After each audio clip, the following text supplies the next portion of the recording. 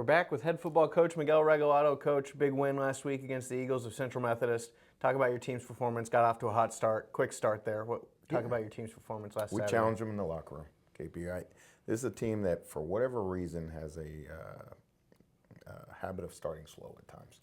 And, they're a different team at home, but I thought that it was really important for our team in front of the 86 National Championship team to come out and start fast and show them that, hey, we're a pretty good football team ourselves, and to make those guys proud. So we challenged them in the locker room, and they responded.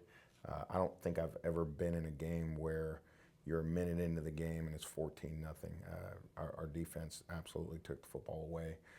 Touchdowns and interceptions by defensive linemen, like Brian scoring and a pick and an end zone, and so it was just really an awesome start by our guys. Absolutely. You mentioned up 14 in the first minute, up 35 in the first 8 minutes.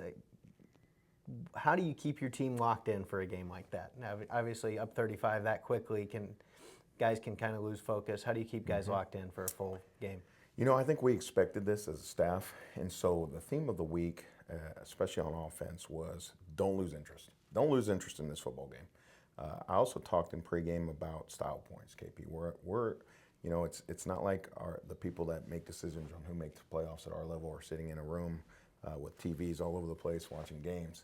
They're looking at scores. And so when you're looking at scores, it's important that not only you win, but you win and it looks good on the scoreboard. And so I think that was a big point of emphasis with our guys.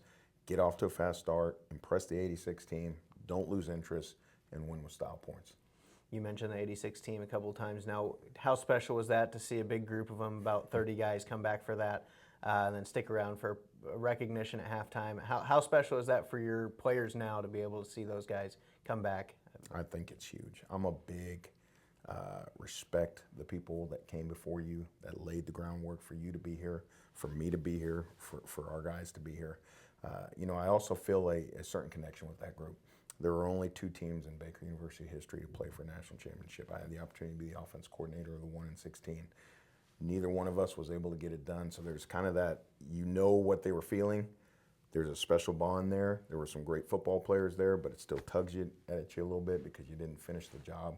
And so I had the opportunity to speak to those guys in pregame and let them know that we're going to do everything in our power to finish the job that they started, that we almost finished in 16.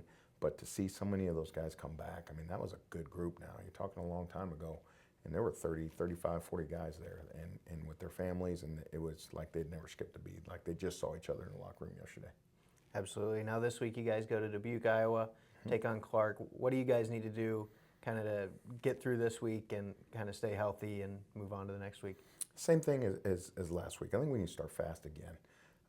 Clarke is going to be playing with a lot of emotion. We're bringing a couple guys back there that played at Clarke. Of course, my history with Clarke. So even though they're struggling, when you have games that are emotional like that, you can kind of just throw records out the window and know that they're going to come out and be ready to roll. I think we have to match that. We have to match that in the first quarter, offensively, defensively, and special forces. I think on paper, we're a better football team. On tape, we're a better football team. But you have to start fast, because if you don't, then that can turn into a game for a half. And right now, I'd like to see our football team come out, show that they're mature, show that they're the better football team, and put them away early. We'll talk to him next, but Brian Lane, what has he meant to this defense this year?